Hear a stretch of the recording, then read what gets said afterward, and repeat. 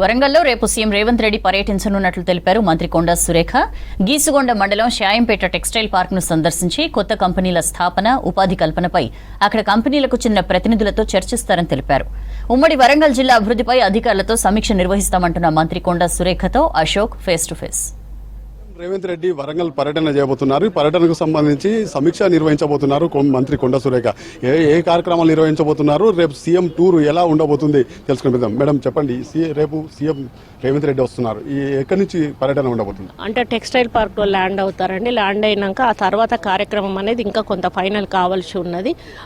మొత్తానికైతే మళ్ళీ వచ్చి లాస్ట్ లో కలెక్టర్ ఆఫీస్ లో మీటింగ్ కండక్ట్ చేసి ఒక హాస్పిటల్ ఓపెనింగ్ తోటి కార్యక్రమం ముగియబోతా ఉన్నది.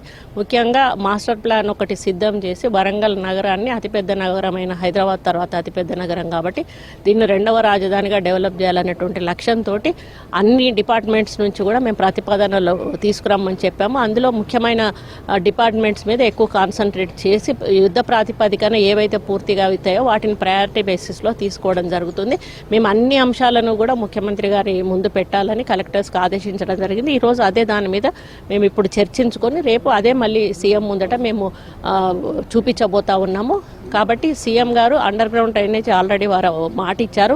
ఔటర్ రింగ్ రోడ్ ఒకటి, ఇన్నర్ రింగ్ రోడ్ ఒకటి, ఇది కూడా పూర్తి చేయాల్సిన అవసరం ఉన్నది. మార్కెట్కు సంబంధించిన అంటే కూరగాయల మార్కెట్కు, మటన్ మార్కెట్ కానీ, నాన్ వెజ్ మార్కెట్ కానీ, ఫ్రూట్స్ మార్కెట్ కానీ, పాత లక్ష్మీపురం మార్కెట్లో కూడా షెడ్స్ వేస్ట్గా ఉన్నాయి, వాటిని కూడా తీసి అక్కడ ఒక మార్కెట్ నిర్మాణం, ఆయుర్వేదిక్ హాస్పిటల్లో ఇంకా కొన్ని ఫెసిలిటీస్ అవసరం ఉన్నాయి. బస్ స్టాండ్ నిర్మాణం మేము స్టార్ట్ చేసాము. ఫండ్స్ సరిపోవు, దానికి అడిషనల్ ఫండ్స్ అవసరం ఉంది. ఇప్పటి వరకు మనకు వరంగల్ కార్పొరేషన్ ఏర్పడింది కానీ కార్పొరేషన్ బిల్డింగ్ లేదు, పాత బిల్డింగ్ ఉంది, దాన్ని కూడా కొత్త బిల్డింగ్ నిర్మాణం జరపాలని ఇట్లా చాలా కార్యక్రమాలు మేము ఎజెండాలో పెట్టుకున్నాము. వాటి మీద అన్ని ఇన్ఫర్మేషన్ కూడా తెచ్చుకున్నాము. ఆ ఇన్ఫర్మేషన్ రేపు సీఎం గారు ముందు పెట్టి మరొక స్పెషల్ ప్యాకేజీ ఇస్తారా, లేకపోతే బడ్జెట్లో స్పెషల్ ప్యాకేజీ పెడతారా, లేకపోతే ఏ ఆలోచనతోటి ఆయన ముందుకెళ్తారో అనేది ఆయన నిర్ణయం మేరకు.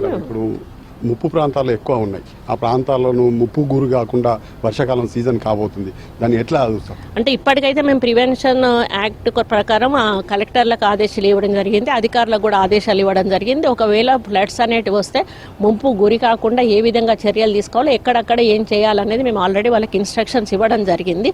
రేపు అంటే మనం ఏదో టెంపరీ అన్నట్టు పర్మనెంట్ ముంపు ప్రాంతాలు గురి కాకుండా ఉండడానికి తదుపరి మేము చర్యలు ఇప్పుడు నిర్ణయాలు తీసుకుంటాం. ఎందుకనంటే అది పర్మనెంట్ పరిష్కారం అనేది ఉండాలి. అది కూడా తీసుకొని ముఖ్యమంత్రి గారి ద్వారా ఇప్పుడు అండర్ గ్రౌండ్ డ్రైనేజ్ ద్వారా కూడా చాలా సమస్యలు పరిష్కారం అయ్యే అవకాశం ఉంటుంది.